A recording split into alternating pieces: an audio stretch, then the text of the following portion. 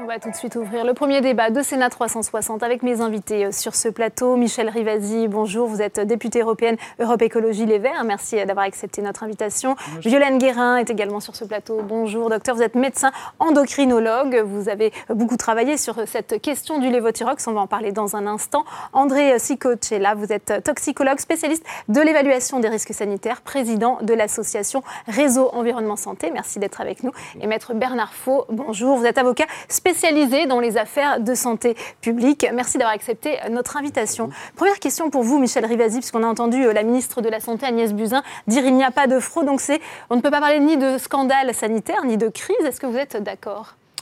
D'abord, elle a dit c'est une crise d'information, mais pas une crise sanitaire. Ils ont mis du temps quand même pour réagir, puisque le nouveau médicament a été mis sur le marché en mars 2017. Moi-même, en mai, j'avais déjà des victimes qui m'informaient qu'ils ne supportaient pas ce médicament. J'avais même alerté l'Agence nationale de sécurité des médicaments. Et c'est au mois d'août qu'ils commencent à mettre un téléphone vert en quelque sorte, et en disant, c'est une phase de transition. Mais il y avait énormément de gens qui étaient complètement handicapés, qui avaient des maux de tête, qui avaient des problèmes, si vous voulez, articulaires, qui avaient des problèmes cardiaques, qui avaient des malaises. C'est incroyable. Et j'avais vu la ministre et je lui avais dit, mais enfin, il faut faire quelque chose. Parce que ce nouveau médicament qui a été mis sur le marché, alors j'ai même téléphoné à l'Agence nationale de sécurité des médicaments, j'ai eu M. Martin, qui me dit, mais c'est une phase transitoire. Mais j'ai dit, la phase transitoire, vous êtes dans le déni de la souffrance des gens. Et l'association, et vous savez qu'on a gagné, c'est une victoire quand même de la mobilisation citoyenne, vous voyez, de toute l'association française des malades de la thyroïde. On a fait une conférence de presse vendredi, j'avais réuni d'ailleurs, il y avait mon collègue Sécolé là avec moi, ainsi que des médecins, pour dire, mais qu'il y ait le choix. Parce que la France, d'abord, c'est le seul pays européen où il y a autant d'effets secondaires, parce qu'on a changé la formule, vous voyez, en changeant d'excipient. Ça se passe nulle part ailleurs. Deuxièmement, il y a eu un déficit d'évaluation, parce qu'on a fait une étude, ce qu'on appelle la bioéquivalence, mais pas suffisante pour anticiper les effets secondaires. Et troisièmement, il y avait un monopole de Merck sur ce médicament, lévothyrox. Donc, s'ils changeaient la formule, eh bien, les patients n'avaient pas le choix.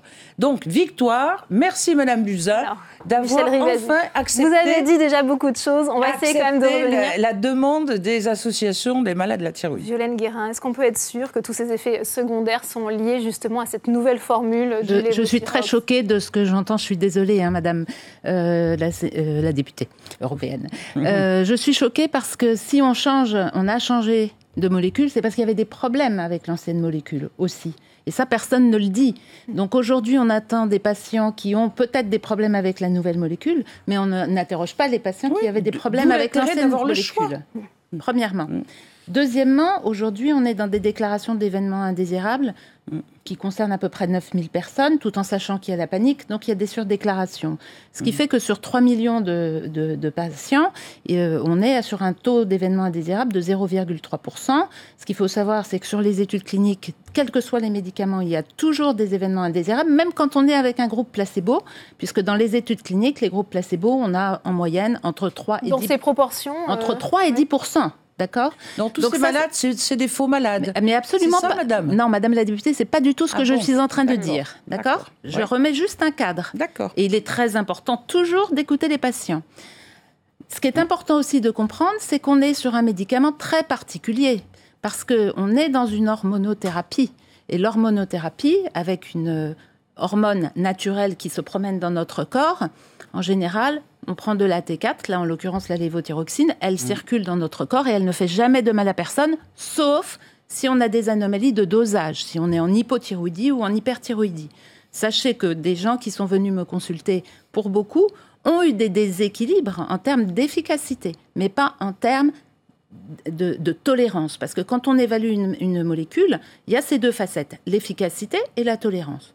Aujourd'hui, je pense qu'il va falloir beaucoup se pencher sur est-ce que la nouvelle molécule entraîne des déséquilibres en termes d'efficacité, en termes de tolérance aussi, on va l'étudier, mais il faut quand même rappeler que les deux excipients nouveaux qui sont là, l'acide citrique et le mannitol, vous les trouvez dans l'alimentation, ou dans des chewing-gums, etc. Mais l'alimentation, c'est pas médical. Ce qui est important, Il y a beaucoup de gens qui prennent la parole sur ce sujet, qui ne sont pas médecins, qui ne connaissent pas non plus ce qu'est une hyperthyroïdie, une hypothyroïdie, pourquoi on utilise tel ou tel médicament.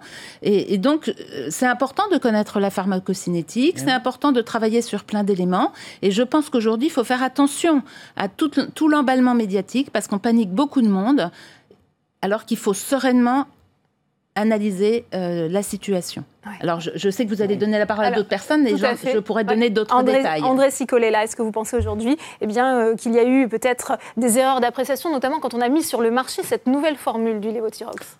Moi, je n'ai pas vocation à répondre sur cette question. Ce qui me semble important, c'est de regarder ce problème des atteintes de la thyroïde. Et cette affaire aura permis d'avoir ce chiffre de 3 millions de personnes actuellement sous traitement. Donc, d'où ça vient ? Quel est l'impact de l'environnement sur l'efficacité de ce traitement ? Moi, je suis frappé de voir que cette question n'est pas du tout abordée. Or, vous avez des polluants de l'environnement, je pense au polybromé, je pense au bisphénol, qui est bien connu maintenant avec l'affaire des biberons, qui contamine encore 70% des femmes enceintes. Dernière étude de Health, vous avez les phtalates, qui contaminent 99,6% des femmes enceintes, qui perturbent le fonctionnement des hormones thyroïdiennes. Et donc tout ça joue effectivement sur l'efficacité thérapeutique aussi. Le réglage, si j'ai bien compris, moi je ne suis pas un spécialiste de cette question. Je trouve votre remarque extrêmement intéressante. Le réglage est très fin, et donc exactement. Vous avez là des perturbateurs endocriniens qui se promènent dans l'alimentation, dans l'environnement, et on ne gère pas cette question-là. Donc l'enjeu aujourd'hui, c'est à la fois sur la santé des adultes, mais c'est aussi, et c'est la question a été posée, la santé des fœtus, des femmes enceintes qui utilisent ces médicaments et qui sont attention de ne pas trop stresser non plus les femmes enceintes. Non, il ne s'agit pas de stresser, il s'agit de protéger la santé des fœtus. Et on sait aujourd'hui que les conséquences sont dramatiques du point de vue neurodéveloppemental. La progression des maladies neurodéveloppementales est en partie très liée à cette contamination. Mais il n'y a pas de Maître Faux, que vous inspire, vous, cette crise est-elle derrière nous, avec justement les annonces de la ministre de la Santé qui va permettre donc une remise sur le marché de l'ancienne formule ? Écoutez, moi je crois que d'abord c'est une excellente décision politique. Parce que dans un corps social comme le corps social en France, il y a besoin d'y avoir un lien de confiance indéfectible entre le système de santé et la population. C'est affirmé dans notre Constitution, le droit à la santé, c'est un des facteurs de cohésion dans la République. Donc, mettre immédiatement un terme à cette défiance généralisée qui commençait à s'installer, c'était fondamental. Et je suis comme Michel Rivasi, bravo Madame la Ministre, c'était la décision à prendre, la confiance va revenir. Maintenant, j'entends dire ici ou là qu'on va saisir la justice.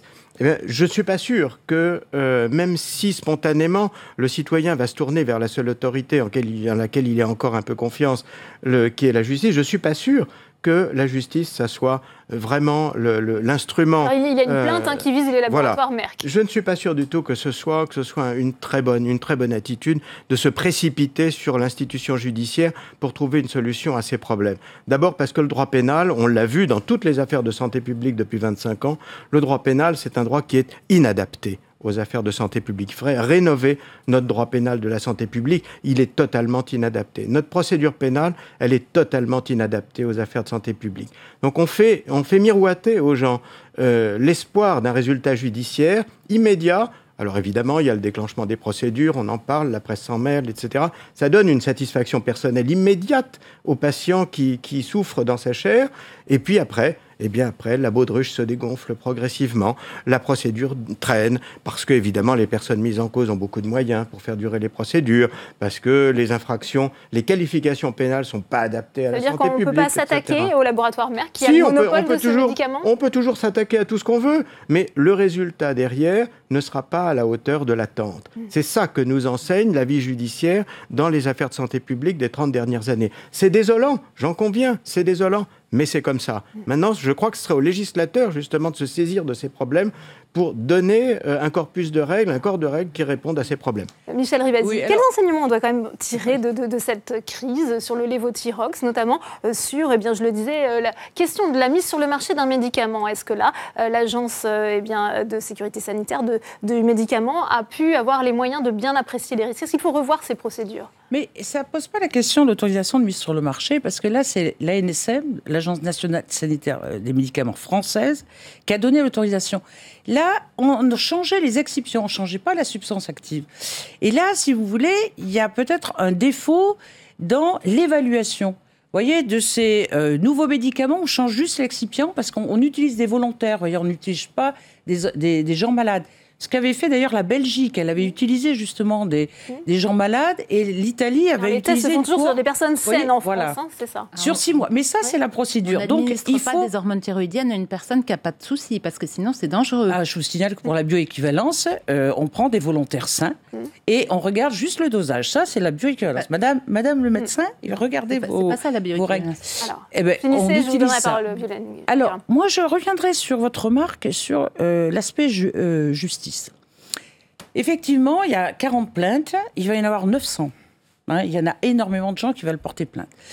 Mais je pense qu'elles veulent porter plainte parce qu'elles ont été meurtries sur le fait qu'elles ont montré qu'elles étaient malades, qu'elles n'étaient pas bien, et qu'elles ont été trompées quelque part. Et en plus, l'État a mis du temps. Donc il faut être constructif. Il faut que l'Agence nationale de sécurité des médicaments, vous voyez, au niveau de l'alerte, soit beaucoup plus réactif. Alors que là, c'est une phase transitoire, allez voir votre médecin, il va vous redoser, il va vous donner... Voilà. Mais regardez sur l'affaire du Mediator, regardez sur tous les procès, même on a une deuxième victoire aujourd'hui. C'est Essure, ce contraceptif, vous voyez, qui stérilisait les femmes. Moi, on était monté au créneau parce que ça provoquait des allergies chez ces femmes, et c'est enfin Bayer qui a décidé de ne plus le commercialiser. Donc c'est chaque fois des actions en justice qui font reculer ou qui font, vous voyez, évoluer les choses.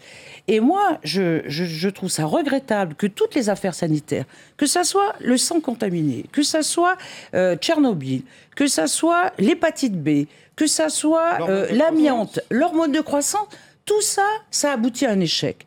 Ça veut dire quoi ? Ça veut dire que la justice n'est pas capable d'aller à l'encontre des lobbies qu'il y a derrière, d'indemniser les gens.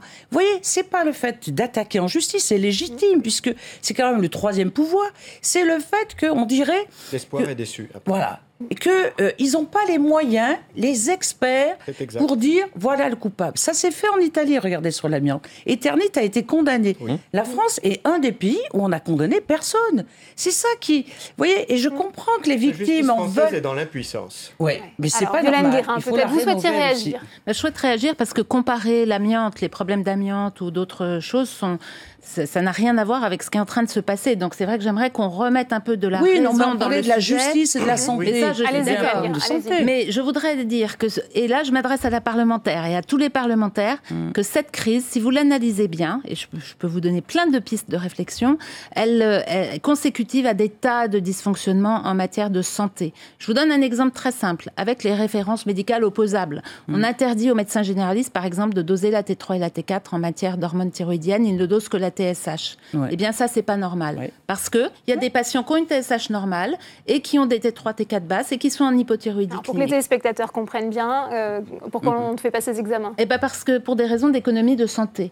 Et donc, on a pris des décisions par-ci, par-là, qui font qu'on commence à imposer une sorte de mauvaise médecine. Je vais prendre un autre exemple. Vous êtes députée européenne, donc vous connaissez les procédures centralisées de reconnaissance et d'autorisation de mise sur leur marché. Il y a plusieurs années, chaque pays avait son agence. Et on avait une agence française qui faisait un travail remarquable, parce que les médecins français sont des cliniciens avant toute chose. Le problème, quand il y a eu la reconnaissance mutuelle sur les autres pays, eh bien, tous les laboratoires de l'industrie pharmaceutique ont arrêté de présenter des dossiers à la France, parce que l'agence française posait des questions, demandait des études complémentaires. Si. Je vous signale que le lévothyrox, l'autorisation a été donnée par l'ANSM. Ça a été donné par l'agence française, le lévothyrox. Je le sais. Je parle des dysfonctionnements itératifs qui sont des accumulations. Et donc, de manière générale, puisqu'on parle là de la problématique de santé publique, eh bien, on autorise sur le marché français des mises sur le marché avec des molécules moins bien étudiées. Là, on est encore dans une problématique différente, mais je pense qu'il faut que vous donniez la parole à d'autres personnes. On va écouter, André Sicollet, là, qui s'impatiente. Est-ce qu'il y a quand même des dysfonctionnements qui sont révélés par cette crise ? Et si on en vient aux enseignements qu'on peut tirer, eh bien, vers quoi il faut tendre, selon vous, pour améliorer peut-être notre système sanitaire aujourd'hui ? Je crois qu'il faut avoir une vision globale du système sanitaire. Le fond du problème, c'est qu'on a aujourd'hui une pensée en silo. Oui, on considère le médicament comme... voilà, c'est des médicaments. On ne pense pas effectivement que c'est dans un ensemble. Il faut avoir une vision globale de la santé environnementale et la médicamentation de 3 millions de personnes. Mais si on raisonne plus largement, c'est 20 millions de personnes qui sont considérées comme malades chroniques, soit en ALD, soit effectivement suivant un traitement médicamenteux. C'est considérable. Et on ne prend pas en considération cet effet-là, cet environnement-là, par rapport à d'autres facteurs environnementaux, qu'il s'agisse de la contamination chimique par les perturbateurs endocriniens, mais aussi plus largement l'enjeu de l'alimentation. Actuellement se tiennent les états généraux de l'alimentation. On raisonne alimentation, nutrition, on ne se pose pas la question d'alimentation vecteur de contamination. C'est cette vision-là. Moi, je plaide en tant que réseau environnement santé pour qu'on ait des états généraux de la santé environnementale, qu'on repense notre système de santé. Notre système de santé aujourd'hui, il est basé sur l'idée que les gens sont malades, on s'en occupe. Mais avant, ça n'intéresse personne. Or, c'est quand même important de savoir pourquoi les gens sont malades. C'est quand même aussi simple que ça. Et je ne dis pas qu'on va supprimer la maladie, mais on peut réduire de façon considérable aujourd'hui cette flambée de maladie chronique, que l'OMS parle d'épidémie, et la médicamentation fait partie, effectivement, de l'environnement. Je ne dis pas qu'il faut supprimer les médicaments, mais il faut les utiliser à bon escient, et aujourd'hui, on est très loin, effectivement, d'avoir cette vision. Maître Faux, est-ce que vous pensez que cette crise est derrière nous? On a entendu cette patiente qui s'inquiète aussi. Alors certes, elle peut avoir accès à son ancienne formule, mais ça va être une période transitoire. Est-ce qu'on a les moyens, peut-être, de remettre un générique sur le marché, puisque pour l'instant, il n'y en a pas pour le... Alors, il faut peut-être espérer que le transitoire se transforme en véritable diversité sur le marché.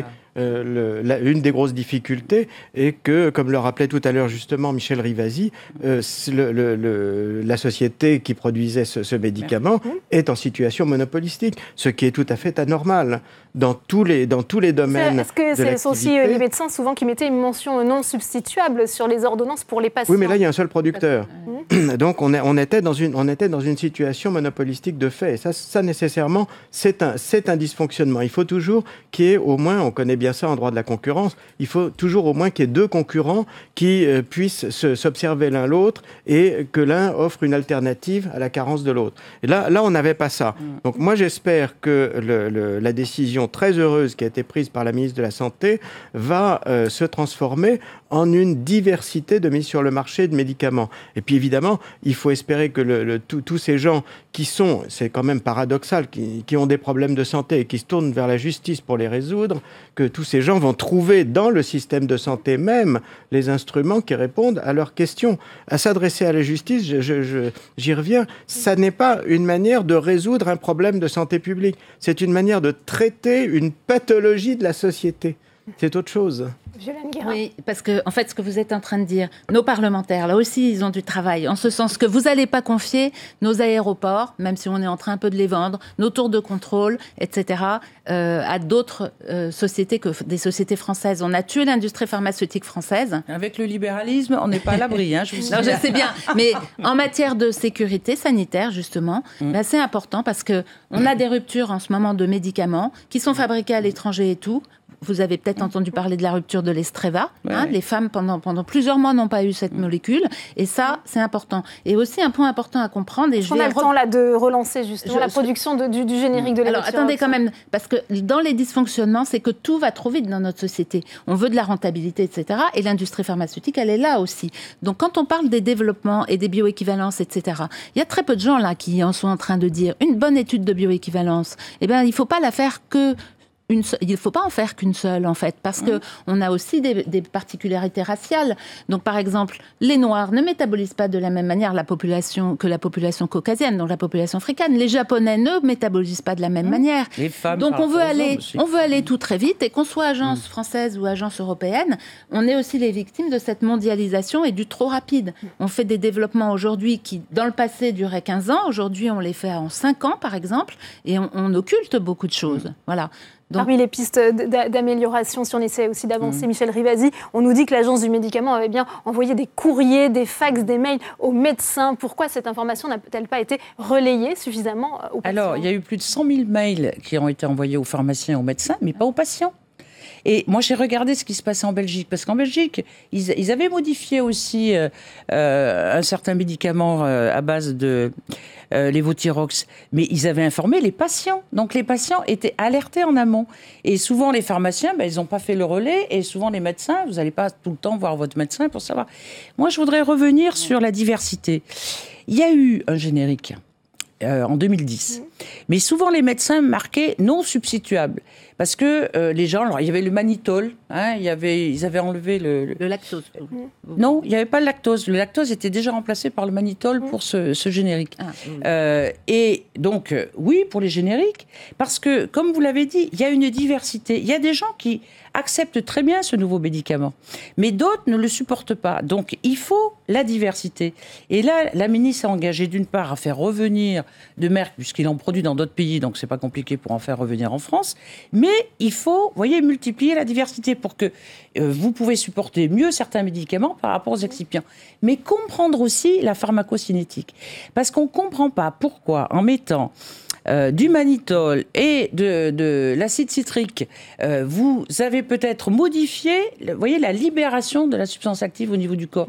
Et ça, il faut qu'ils nous trouvent le pourquoi du comment, parce que c'est assez incroyable le nombre d'effets secondaires graves qu'il y a eu par rapport à cette prise de médicaments. Enfin, c'est encore plus subtil que ça, pharmacocinétique. Le problème, c'est qu'il y a peu de gens dans notre pays qui connaissent bien aussi la pharmacocinétique. C'est pour ça Est-ce qu'on a les moyens, justement, d'évaluer toutes ces questions qui viennent d'être abordées par Michel Rivasi?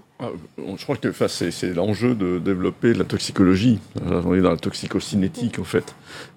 C'est une discipline scientifique qui est assez marginalisée pour l'instant. Et c'est un élément pourtant essentiel de compréhension vous voyez, sur une question comme celle-là, comprendre pourquoi, effectivement, a priori, quand on voit les produits mannitol, c'est tout à fait... on a l'impression qu'on maîtrise bien le sujet, et dans les faits, c'est pas ce qui s'est passé. Donc, comprendre pourquoi il y a eu un problème était important du point de vue de la connaissance. Donc, il faut effectivement des laboratoires beaucoup plus nombreux. L'enjeu, c'est qu'on a dans ce domaine de la santé environnementale une recherche qui est très marginalisée. Sur les perturbateurs endocriniens, 1 million d'euros. Vous voyez, le programme national de recherche sur les perturbateurs endocriniens, 1 million d'euros, c'est ridicule par rapport aux enjeux sanitaires considérables, puisque c'est l'ensemble de l'exposition de la population. On a une étude qui est sortie récemment, là, il y a quelques jours, sur l'effet cocktail. Alors on commence à en parler de l'effet cocktail. Vous voyez, tester effectivement toutes ces molécules qui sont dans cette soupe chimique dans laquelle nous sommes, dont les médicaments, ça représente, il faut construire des modèles, mais tout ça est actuellement peu développé. Il faut une recherche publique. Il y a un enjeu considérable. Violaine Guérin, ensuite Bernard. Je voudrais répondre à votre question, parce que je ne peux pas laisser dire non plus que les médecins comme les pharmaciens ne font pas toujours leur travail. C'est pas ce que j'ai dit. Non, vous n'avez pas dit ça. Il y a eu un déficit d'information. Il y a des problèmes. On a tous reçu les infos, il faut que ce soit bien clair pour tout le monde. Le problème, on est tous noyés sous les infos. Les médecins... L'info tue l'info. L'info tue l'info. Et moi, par exemple, dans les mesures qu'il va falloir mettre en œuvre, c'est que l'ANSM, si elle a une bonne procédure d'assurance qualité, elle doit s'assurer qu'on a reçu l'info. Donc, avoir du feedback. Mais il fallait informer les patients. Non, mais attendez, je vais vous donner un autre... On sait, les médecins, que les pharmaciens font les informations au moment de la délivrance.